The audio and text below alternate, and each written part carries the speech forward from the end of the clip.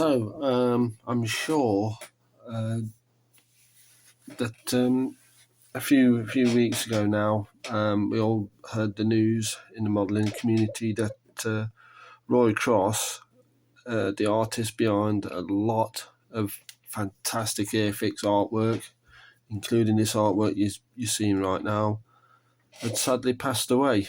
I think it was 1 or 2 days after his 100th birthday. I was sort of preparing to make a video kind of saying happy 100th birthday, Roy, and unfortunately that did change into a tribute video, not an obituary as such, but it was just my thoughts on our Roy Cross had influenced me buying mainly. I've often said that Roy is personally responsible for me buying a lot of kits simply through the fantastic artwork, which is, you're looking at some of it now.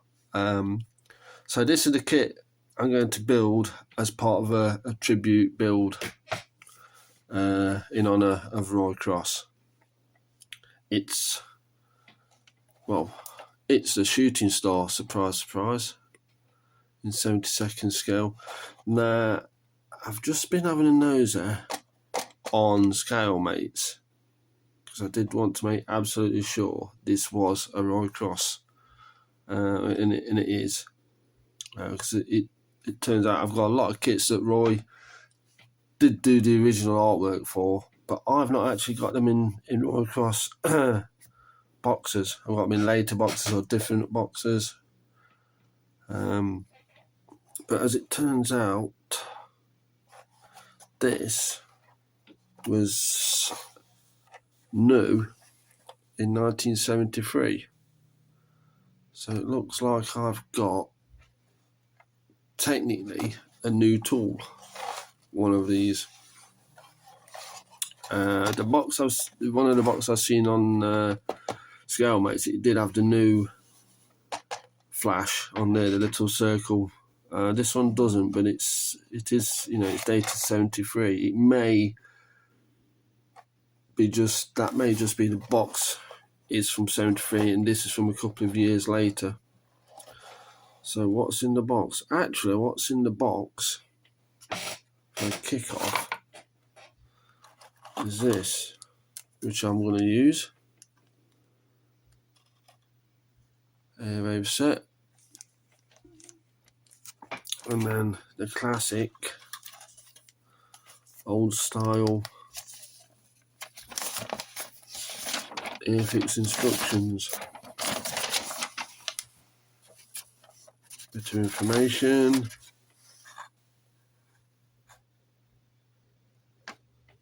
Nose weight.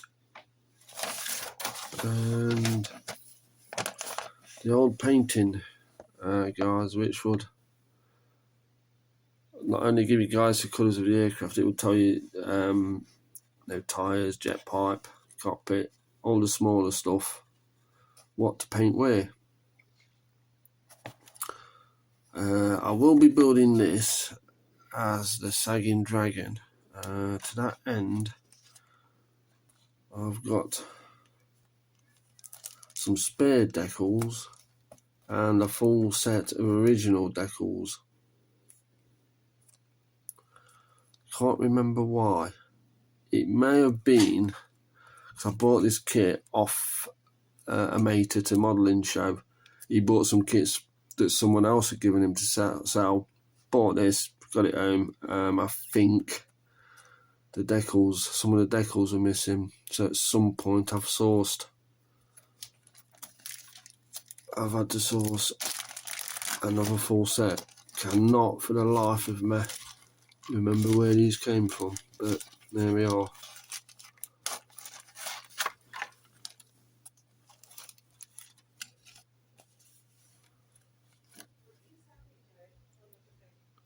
Yeah, I do believe that's what was in the kit. So that makes sense. They made the other version, FT873, and at some point with a different kit. I don't know, it's strange. I was trying to work this out, but if they'd done that, why have I got a kit in the first place? Yeah, strange. Maybe they used aftermarket stuff, and I do not know. I'm going to stop rambling about this now.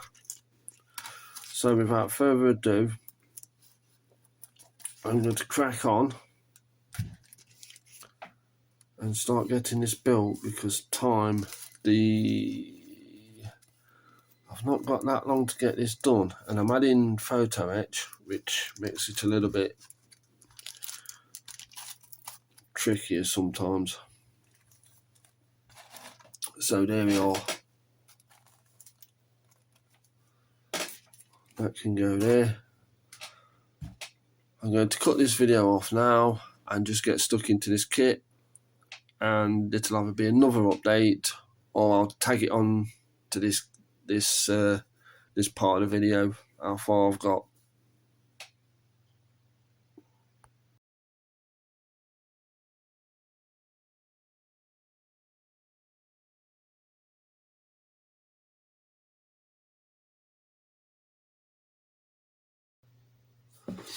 Okay, this build's rumbled on a little bit, kind of in the background if I'm honest. As you can see, it's almost ready to go together, except it isn't, because I've got one thing to sort out before these fuselage halves can go together. What is that? Cack. I have some cack on my airframe.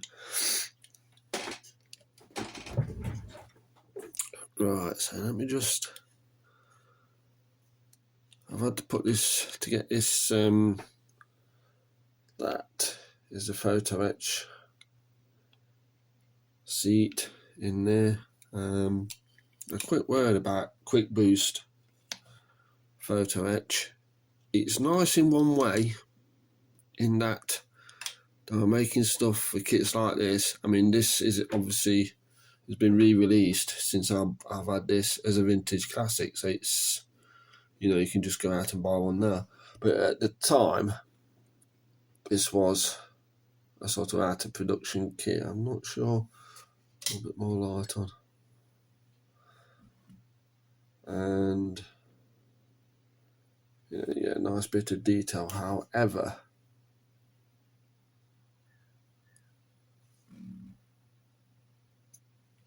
come on, focus. However, the instructions and the photo itself sometimes leave something to be desired. For instance, that seat is shown to fit into this backrest part. It doesn't fit in there.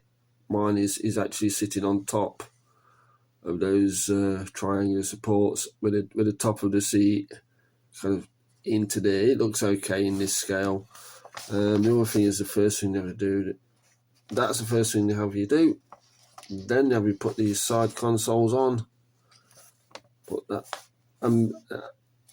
there's a seat that has to be all folded up and stuck onto that, which is a dodgy fixing at the first. But then they have you put the buckles on, which you wouldn't be able to do, I don't think. The very last thing on here, which should be in my mind the first, is to put this piece, it's the floor and back rear bulkhead, because once you've done this, that actually won't fit because you've made that gap smaller, and all of a sudden you've got to start trimming and messing about. If that had gone in first, they would have just slotted in. Anywho, and these pieces here are part of the fuselage sidewall. They have you stick them onto the edge of the cockpit tub sticking up, which would be really awkward. All I did was I've actually stuck them to the side of the fuselage. That one's got one in there. It's a little bit tricky to see with the cockpit actually in. So the next thing we need to do is put some weight in there, get this together. Another thing I did want to mention is this kit is what, 73 I believe. The cockpit as built, you get this Tubbs kit, you would have got a seat pilot. That is kit with a photo etch front on it. The joysticks kit, it's a bit squashed in because that actually, it doesn't fit brilliantly. In fact, there's no room for a pilot to even get in, as this is now. Whoops. But that's the floor, or the ceiling, whatever you want to call it, of the main front wheel well. You've got a nice bit of detail on there. You have got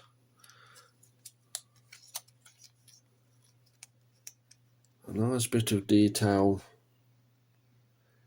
inside the wheel wells there, and the dive brake parts where they will go. The wheels themselves are quite nicely detailed. If I can focus and show you this photo etch, I will be able to be taking that torque link off and replacing it with photo etch, same as on the main wheels. One thing which is a bit of a downer is you get this ladder to hang on the side of the cockpit, assuming that the canopy's open. Now, the only canopy I've got is this kit version. Once upon a time there was a single vac form for it, which is the company is called Pavlo. They don't make anything anymore. If you can't find them, you can't find them.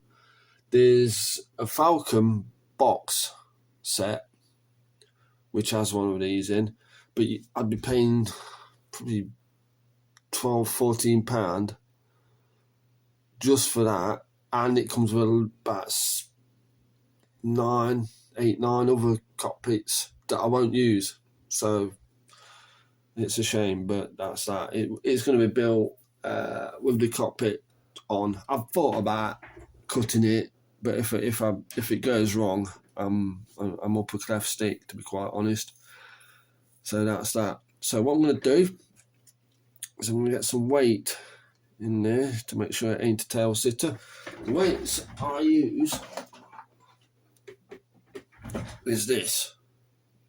What it is, it's offcuts of lead flashing that I've followed roofers around, because I work in the building trade, so I've been on jobs where guys have been putting new roofs in, and there's always bits sort of this size or bigger, smaller, that they'll cut off as the trimming stuff. They'll just chuck them away basically. Except I'm there to pick them up, because it is absolutely a good little thing to have for your front weights, because it will cut with scissors. I can literally cut it to shape, plonk some in there. Don't need to go too mad with it, I don't think. But there we go. So before I do that, I'll put some in there, make sure it's right, take a quick video of that as it is, get the fuselage together. Once I've got the fuselage together, this kit can be pretty much fully assembled. And then we start the fun part, painting. Right, so I've crammed this full of lead like an old western. I filled him full of lead. Right, okay. Comedy isn't a viable career path, but yeah. There you are, just cut into little squares, stuck in, super glued, wallop. Now, just to check that this is going to work. It should do, because that feels really heavy. What I'm going to do is just quickly tape this together.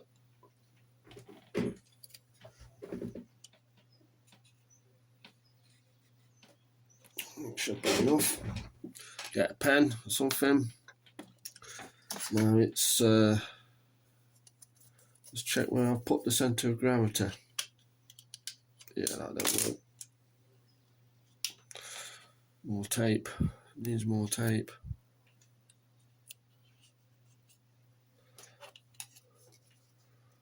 So just pop the wings on like so.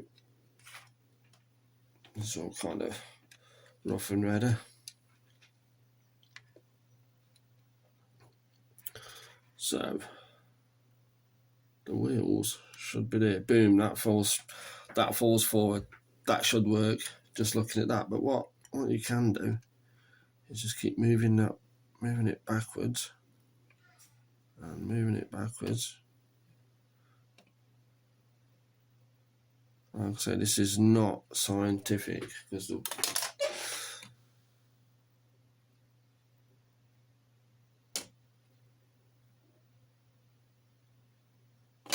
yeah, I'd say the centre of gravity is pretty much where those three dots are. Did you get that? Those three dots there on the air intakes. So I'll put that there. And put that there where it's supposed to be. Roughly speaking, I've got a centre of gravity there. The wheels are going to go there, which is quite a bit further back. Boom, we're good. This will not be a tail sitter. So I can just put it all together and paint it. Fantastic, which is what we like to see.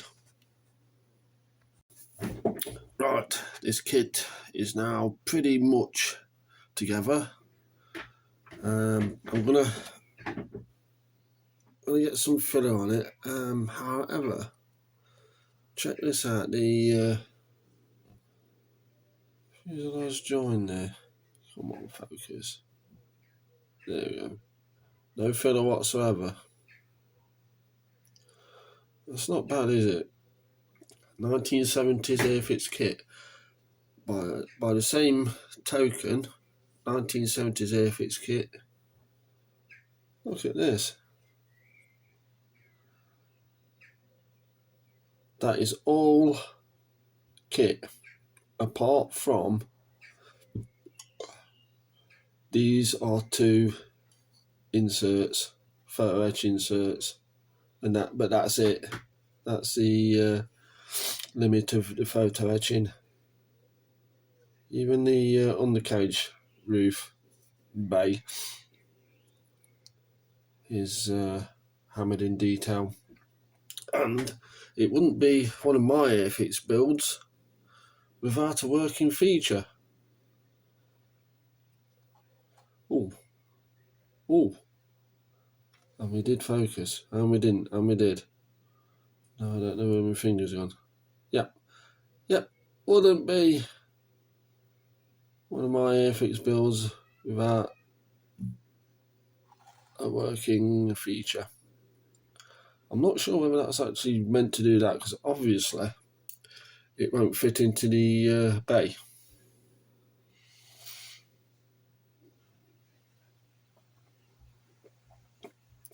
Well, I think it's just the way they got a detailed bay, and rather than having the wheel plug into a hole, they've got it into two sort of sockets with a bar across top, which if I had it in camera, which allows it to move. When I finish this up, I will glue it in place, obviously. And on the note of the wheels, I remember you were being a bit worried about it being a tail sitter. No, she's good.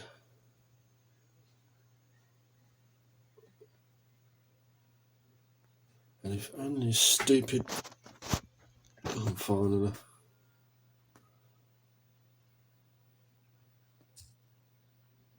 Thank you. Yeah, she ain't no tail sitter, but you saw all that lead that's in there. Lovely. So what I'm going to do is, where I do need to, I'm going to get some filler on it. Oh, there's a couple of little vents I've put on there. That's from the photo etch. That's probably the last of the photo etch, I do believe. The undercase doors will all be replaced with photo etch, and there's some canopy rails, and the main wheels will have the torque links replaced with photo etch. But this is a real corker of a kit. I'm chuffed with it. I'm chuffed with building it. I've enjoyed it. It's I could have built this without any of that photo etch. It would have been a nice model, definitely. And the good news is, it is now released as a vintage classic. So, you know, if you want to get one of the, I don't know what these, obviously this is within a couple of years of this being tooled. The one I've got here, obviously, because it's a Roy Cross boxing. I'm not sure. Oh, there you go. Yeah, I've probably shown this before, but 73. I don't know when this actually come out, but it hasn't got new on the box or anything like that. So I'm assuming this is a year or maybe even 2 years after it had been released. Anyway, I should get this filling done and rubbed down and stuff, and we'll carry on.